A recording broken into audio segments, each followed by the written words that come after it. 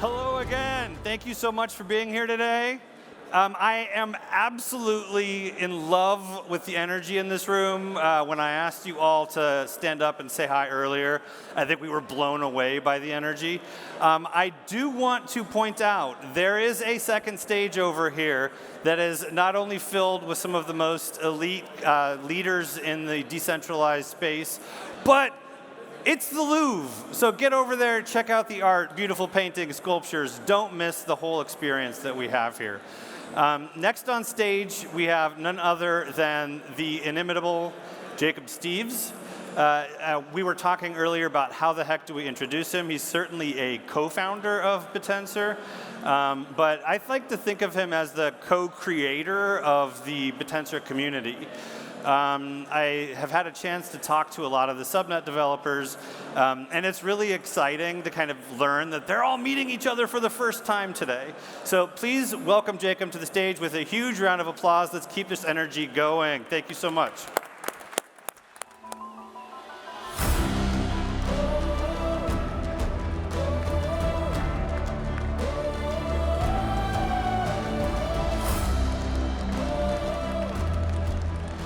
Hey everyone, thank you.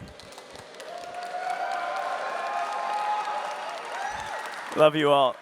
What an incredible venue, what an incredible venue. The introduction is correct. I always like to say that Bittensor is a federation. We're trying to create a 1,000-year federation, so I'm not the CEO. I'm just one of the people here that really believes in this technology. And actually, there's a whole bunch of people in this room that should be up on the stage. I see JJ, I see Cole, I see Barry. They're going to come up later. We're a movement. And we started this movement a long time ago. And one of the first things we did was write it down. We wrote down our mission to unify Bitcoin and AI. And at the time, we really didn't even really know what that meant. We've learned a lot, and I'm actually going to talk a bit about what we've learned, about what the unification of Bitcoin and AI really is and what it means for the world. In this paper that's on the bittensor.com, we talk about how what Bitcoin really showed was that a digital commodity market, a pure market, could create anything, almost anything, and in case of Bitcoin, it's hashes, with such efficiency and power that we could compete with nation states. We're talking about a technology that built the largest supercomputer in the world. But what is that thing? It's a pure market where miners compete to produce hashes and add them to the network to secure the network. Just to give you guys an example of, or an idea of how amazing that is, Bitcoin is 450 times bigger than Google's cloud, IBM cloud, Cerebras cloud, AWS, and NVIDIA. 450 times when measured in terms of hashes than all of those data centers combined.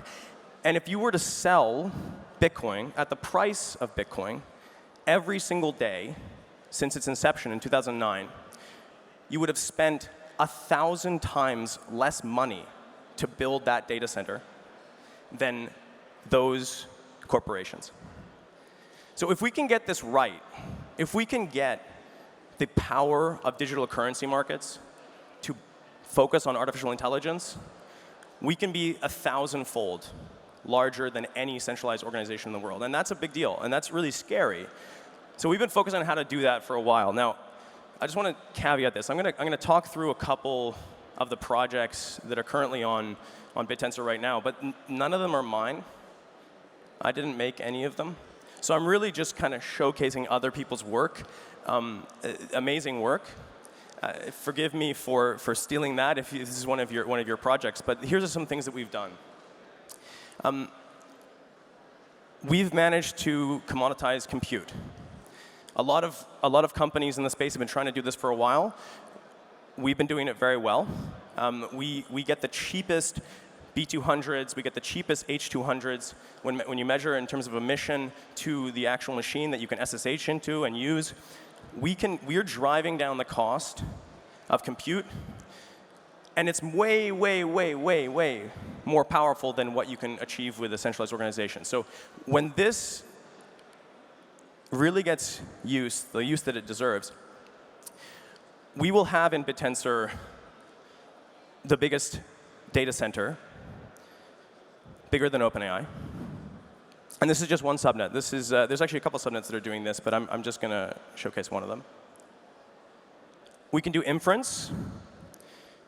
This is shoots. This is the number of actual organic queries into the network over the last month. We're serving 1 trillion tokens. In terms of the speed at which this inference usage is growing, we're growing faster than Google did in terms of their inferences of their machine learning models, which is kind of incredible, right? We're growing faster than Google over 1 year. And we're driving down the price of inference. We're commoditizing inference. We're doing decentralized training. This is Templar. We can take compute and inference, and we can turn that into a training run. So this is Templar. This is the latest 8 billion parameter run. I just want to take a moment to try to express the significance of building a market where the market pushes participants to lower the loss.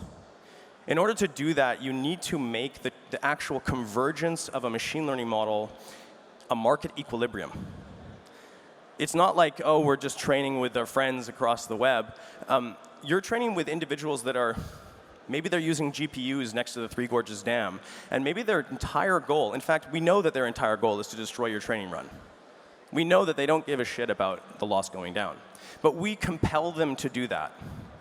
And when we create these permissionless systems, they grow incredibly fast, as I was saying.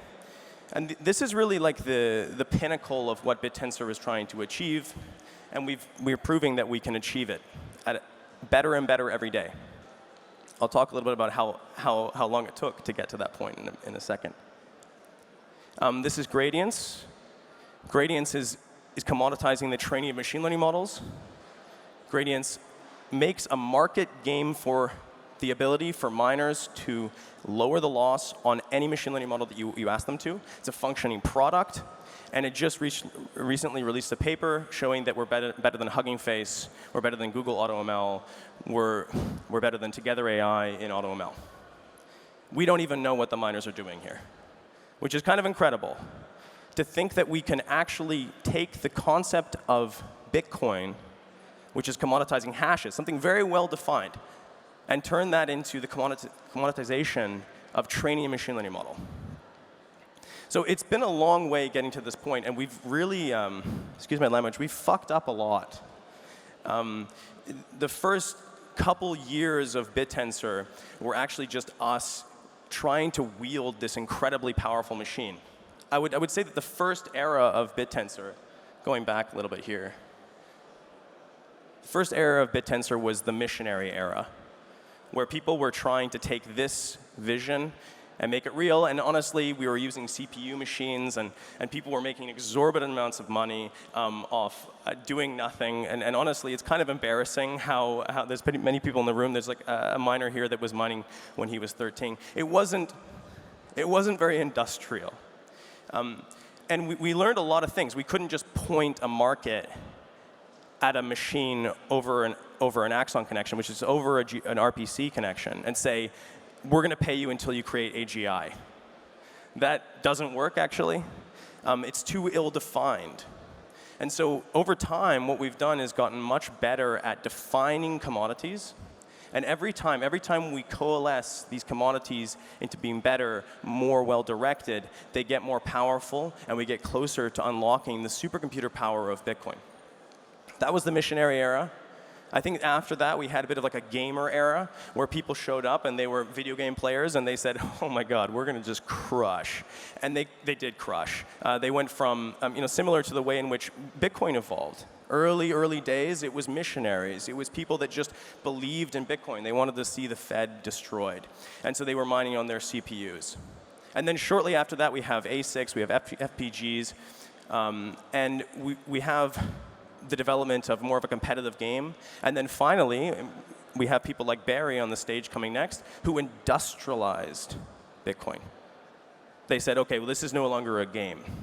This is something that's very serious, and we're going to get very clear about the economics and the margins that we can make from these digital commodities.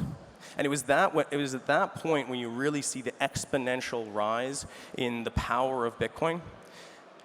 I think that that's where we are right now, too. We're at a point where Bittensor has stopped being a game. It's no longer gamers. It's no longer a faux competitiveness. It is industrial scale. What you're looking at here is industry, where these teams are measuring pure margin gains on their ability to produce and extract as much value out of the commodities that they can. And so this is why Bittensor today actually looks like this. Here we have, this is a bit of a mock.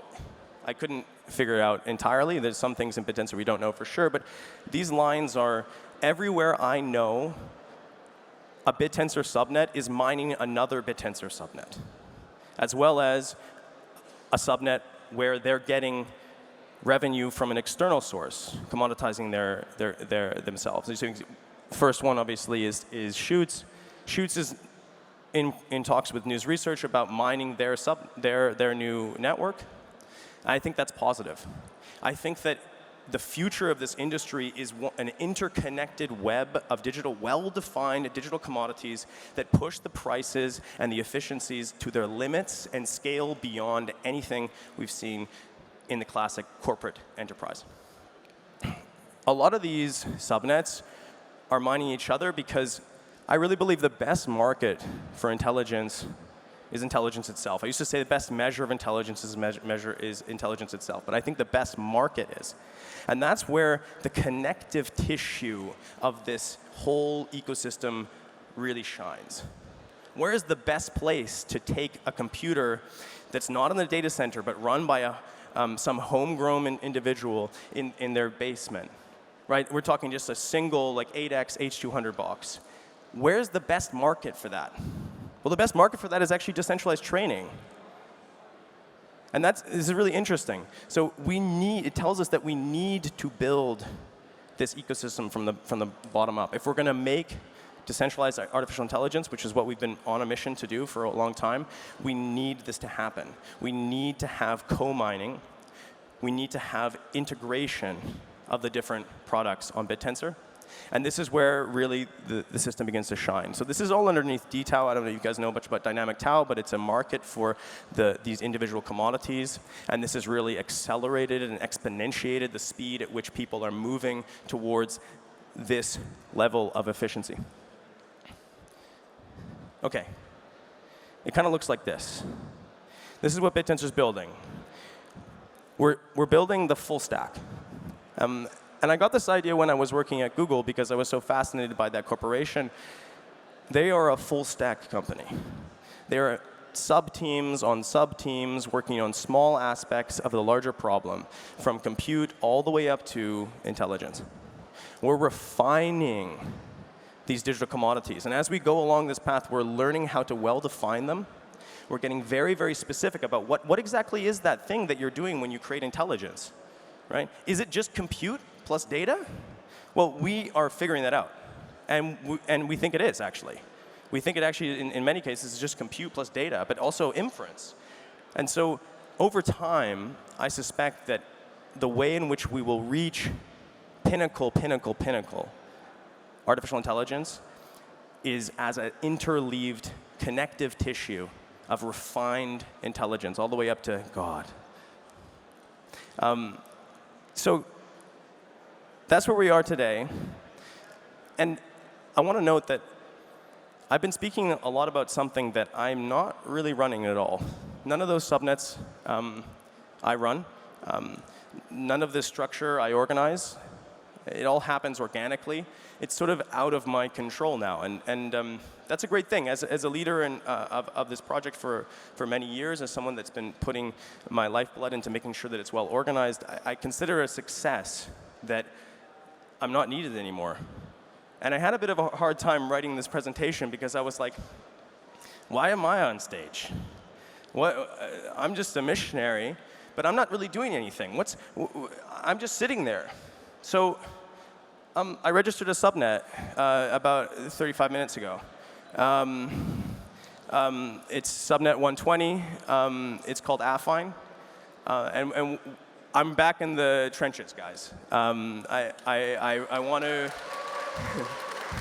I want to lead from the back. I want to showcase what we can do on Bittensor, and my vision that I just presented here on the stage is what I'm going to make this subnet about. It's about interlocking the different commodities on Bittensor and focusing on, I think, the pinnacle element of RL. So our earlier design, the design that we're using right now, is using compute from Celium. We're using the ability to train machine learning models on gradients, and we're actually serving those models that we're training on chutes. We're co-mining and connecting Bittensor together to focus on these higher order commodities, these pinnacle elements. So that's why I named my talks Satanic to Sublime.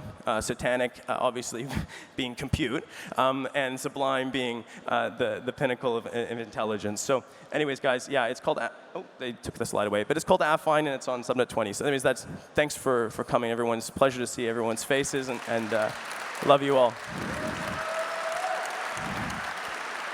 Cool.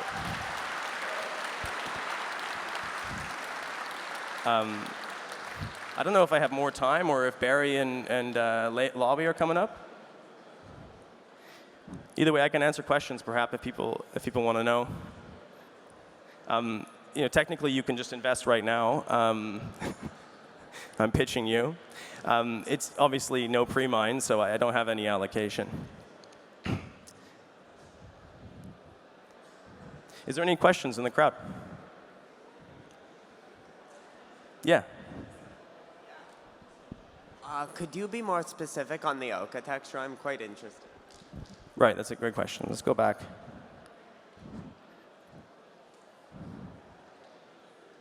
I think I got kicked out. What we've seen over time is that the original design of Bittensor was run a node, we'll query you, and we'll measure how close you are to AGI. Now, and we'll pay you if you're, oh, here it is. We'll pay you if you're closer to AGI. So it turns out that doesn't really work that well. And you have to be very, very specific about the way, you have to constrain the problem. You have to constrain what the degrees of freedom of the miners are. So this is where Bittensor really shines. We can use Bittensor's ability to train models as the basis for another incentive mechanism. We can use Bittensor's ability to host GPUs as the resource that those training runs use. And we can define the final landing place of a machine learning model as a place where that model can be inferenced. So what this means is that, like, in a second, I can build a chat interface with high fidelity inference speeds. I can define my incentive mechanism as just train a model by giving me the data and the Python script, and you can't do anything else. So this means that machine learning engineers don't need to worry about the architecture. Maybe that's predefined. They don't need to worry about how they're going to produce an inference server. They don't need to worry about the productivity of their inference server. That's all taken care of by another commodity on the network. So we're stitching together commodities. Does that answer your question, Atlas? Cool.